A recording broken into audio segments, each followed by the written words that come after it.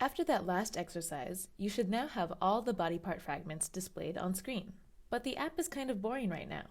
So the next thing we'll do is add some fun interaction. One common user interaction is to update the image display when a user clicks on a fragment or a view in a fragment. So I'll be creating a click listener for our body part fragment so that each fragment can respond to clicks by changing the image it's displaying. The idea is that on a click, the fragment will update to display the next image resource in its stored list of image IDs.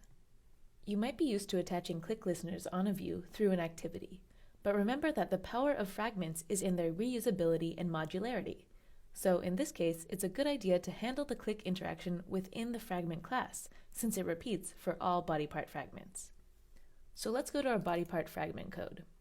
So I'll want to add a click listener on the image view in our body part fragment class. Then, on a click, I'll increment the value of mListIndex and update the image resource to the next image in our list of image IDs.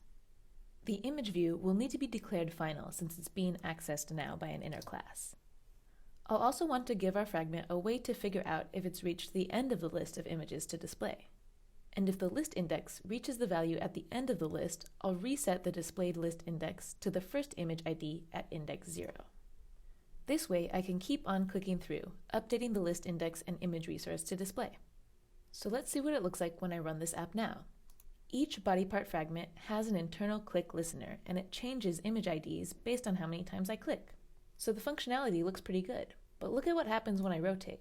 When I rotate the device, it resets the images, and I want it to maintain state, so I'll want to have a way to save the current state of the body part fragments.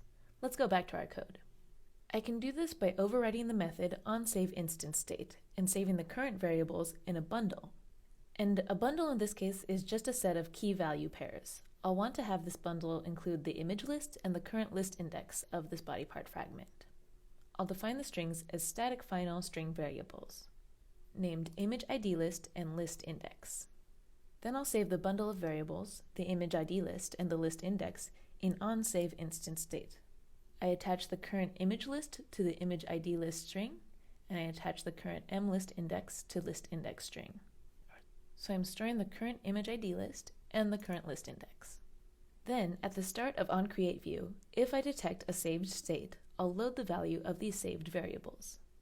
Finally, to complete the saving state code, I'll have to go back to the AndroidMe activity, and I'll slightly modify this code so that I'm only creating new fragments if there are no previously saved fragments.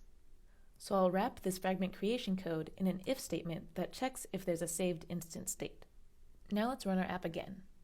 Now I'll click on my body part images and rotate. This time, the fragment states are all saved. Next, it will be your turn to follow along with the to-dos in code and play around with click interactions.